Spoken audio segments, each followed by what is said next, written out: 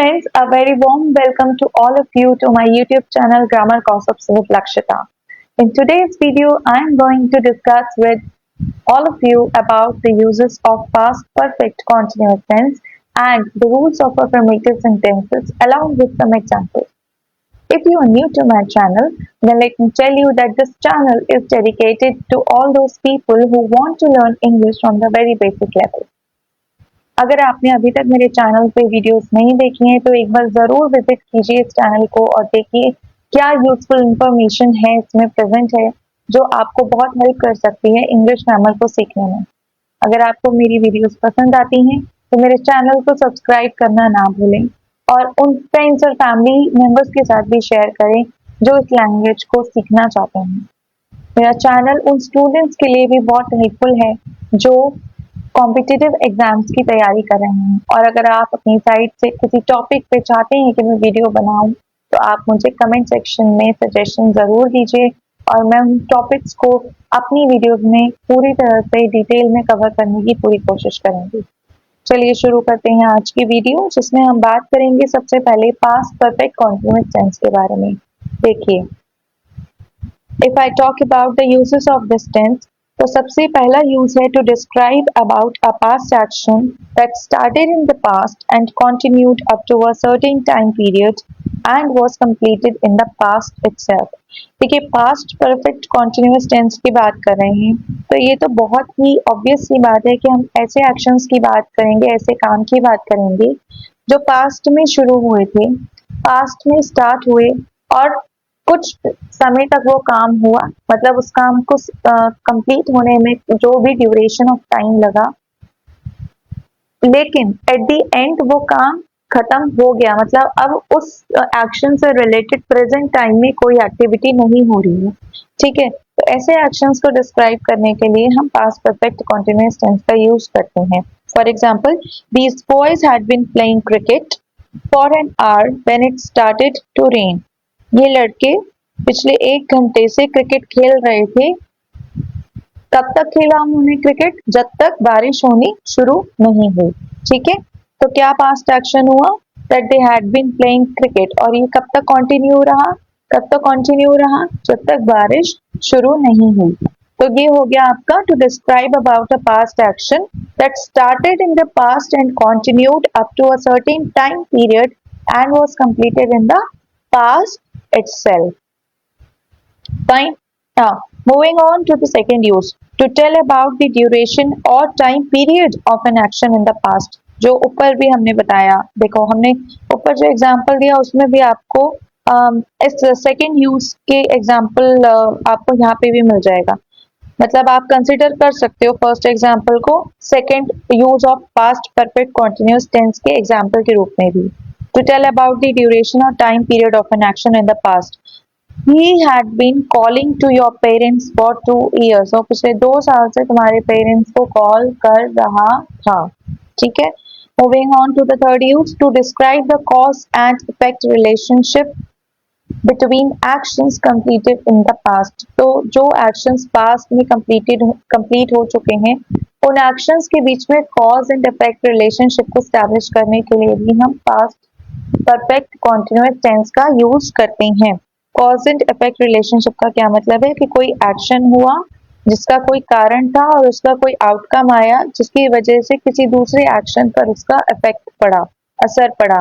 ठीक है, तो वहां पे भी हम पास्ट परफेक्ट कॉन्टिन्यूअस टेंस का यूज करते हैं। For example, John had been losing weight before he met with an accident.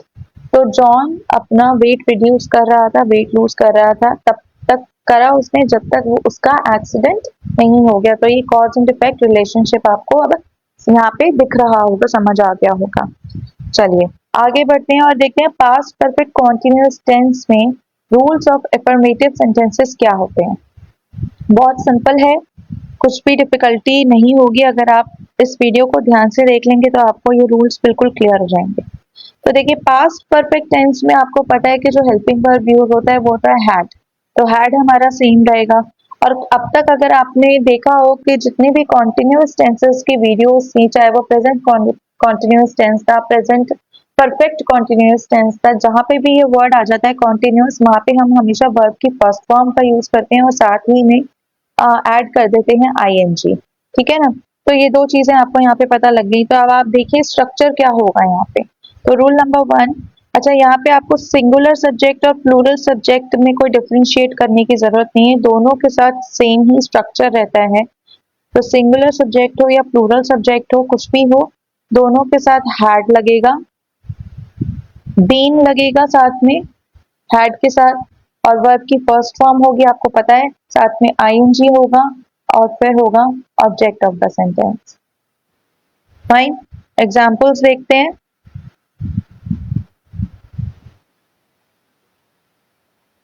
She had been working at this company for 5 years before she got the promotion। तो वो इस company में पिछले 5 साल से काम कर रही थी, इससे पहले कि उसको प्रमोशन मिला। ठीक है। Jim had been helping her before I started the program। तो जिम उसकी मदद कर रहा था मेरे प्रोग्राम स्टार्ट करने से पहले। ठीक है। तो Jim had been helping her before I started the program. One more example, Tom had been cooking for an hour before the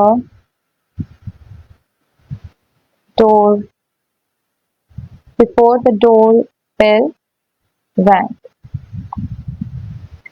Tom had been cooking for an hour before the doorbell rang। Third, I had been shopping with my elder brother since morning। Fine. तो ये हो गए 3 examples for affirmative sentences under past perfect continuous tense। She had been working at this company for 5 years before she got the promotion। Jim had been helping her before I started the program।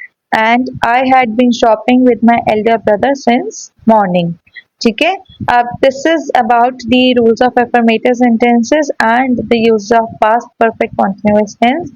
In my next video, I will be talking about the rules of negative sentences of past perfect continuous tense। और मैं already cover कर चुकी हूँ present tense को detail में, past simple tense और past continuous tense and also past perfect tense की भी सारी वीडियोस आपको इस चैनल पर मिल जाएंगी। धीरे धीरे सारे टेंसेस को कवर करते हुए मैं आगे बढ़ूंगी with the active passive voice and direct and indirect speech. लेकिन उसके लिए मुझे आपके सपोर्ट की बहुत ज़रूरत है। अगर आप मुझे रिस्पॉन्स देंगे कमेंट सेक्शन में, अगर आप मुझे अपने सजेशंस देते हैं, और जो क्वेश्चंस मैं आपसे पूछती हूँ अपनी वीडियोस के एंड में, या छोटे छोटे टास्क जो मैं आपको देती हूँ अपनी वीडियोस में, अगर आप उनको पूरा करते हैं, कमेंट करते हैं, तो मुझे लगेगा that you are equally participating in this journey with me। और अगर ऐसा होता है तो I promise that I will cover maximum topics as per the requirements। I'll see you in my next video with a new topic of past perfect continuous tense, rules of negative sentences। Till then, take care and goodbye।